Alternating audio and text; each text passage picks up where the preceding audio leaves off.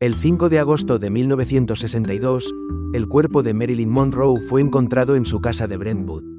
Oficialmente fue suicidio por sobredosis de barbitúricos. No hubo señales de violencia. No se encontraron notas. La versión oficial hablaba de una estrella frágil, sola, consumida por la fama y la depresión.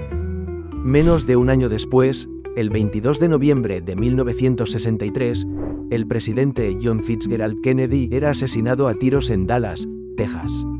El líder más carismático de su generación caía en medio de una multitud, a plena luz del día. También aquí, la versión oficial fue rápida. Un tirador solitario, lee Harvey Oswald. Caso cerrado. 2 iconos, 2 muertes, 2 versiones oficiales, pero demasiadas preguntas sin respuesta. Durante décadas, investigadores, periodistas e incluso exagentes han intentado conectar los puntos. ¿Fue todo una coincidencia? ¿O compartieron algo más que fama y titulares? Marilyn Monroe y John F. Kennedy no eran simples conocidos. Coincidieron en varias reuniones privadas. Se dice que fue Peter Lawford, cuñado de JFK y figura del Rat Pack, quien los presentó. Y según múltiples testimonios, entre ellos surgió algo más que simpatía. La escena más recordada ocurrió el 19 de mayo de 1962. Marilyn subió al escenario del Madison Square Garden y le cantó al presidente un sensual Happy Birthday, Mr. President, frente a 15.000 personas. El vestido ceñido, su tono de voz y la tensión en el ambiente alimentaron los rumores. No era una felicitación cualquiera. Era una declaración velada. Lo que en apariencia era un simple escándalo amoroso de altos vuelos, pudo ser mucho más peligroso. Y es aquí donde comienza a formarse el rompecabezas. En los meses previos a su muerte, Marilyn parecía alterada. Algunos amigos la describieron como paranoica, convencida de que la escuchaban, que la seguían. Hablaba de teléfonos intervenidos y visitas misteriosas. También hablaba de un diario, un cuaderno rojo donde, supuestamente, anotaba detalles íntimos de sus encuentros con los Kennedy. No solo con John, sino también con Robert, el fiscal general. ¿Qué podía contener ese diario?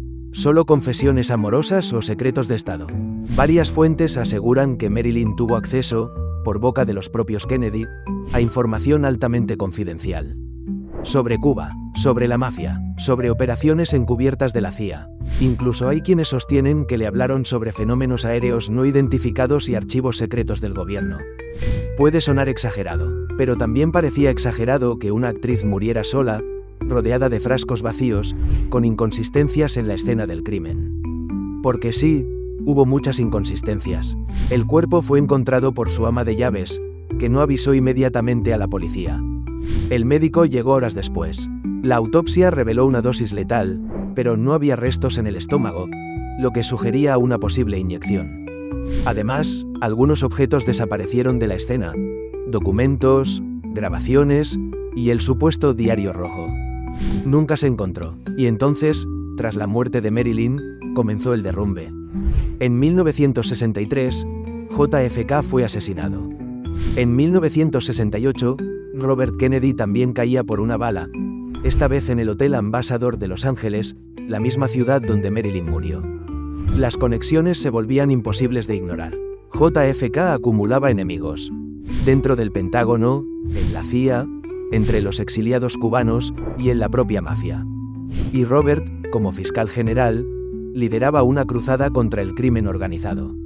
Ambos sabían demasiado, pero tal vez también compartieron demasiado con la persona equivocada. Algunos investigadores sostienen que Marilyn fue silenciada porque representaba una amenaza. No por su belleza, ni por sus vínculos sentimentales, sino porque era una voz incontrolable. Alguien que había escuchado lo que no debía, y que, según rumores, planeaba contarlo todo en una rueda de prensa. Si eso era cierto, el peligro era real. La muerte de JFK también dejó muchas preguntas sin respuesta. Las investigaciones oficiales fueron cuestionadas desde el inicio. El informe Warren habló de un tirador solitario, pero decenas de testigos afirmaron haber escuchado más disparos, desde ángulos distintos. Algunos señalaron a la CIA, otros a la mafia, e incluso a intereses internos en el gobierno. Pero todas las pistas parecían desvanecerse, como si alguien borrara cuidadosamente las huellas. ¿Y si Marilyn fue solo la primera ficha del dominó? ¿Y si su muerte fue una advertencia o un acto preventivo? ¿Y si JFK fue asesinado no solo por sus enemigos políticos, sino porque la verdad estaba a punto de salir a la luz. Hoy, más de 60 años después, muchos archivos relacionados con ambos casos siguen clasificados. Las versiones oficiales se sostienen por rutina, pero las grietas en la narrativa son cada vez más visibles. Las coincidencias son demasiadas, las muertes, demasiado oportunas, y el silencio demasiado largo. ¿Fue la relación entre Marilyn Monroe y los Kennedy una historia de amor trágica o el detonante de una de las conspiraciones más grandes del siglo XX? ¿Murió ella por saber demasiado? ¿Fue la muerte de JFK un encubrimiento o una consecuencia? Tú decides. Déjame tu opinión en los comentarios. ¿Crees que sus muertes están conectadas? Suscríbete si quieres más historias donde el poder, el misterio y la historia se cruzan. Nos vemos en el próximo capítulo donde la historia se encuentra con el misterio.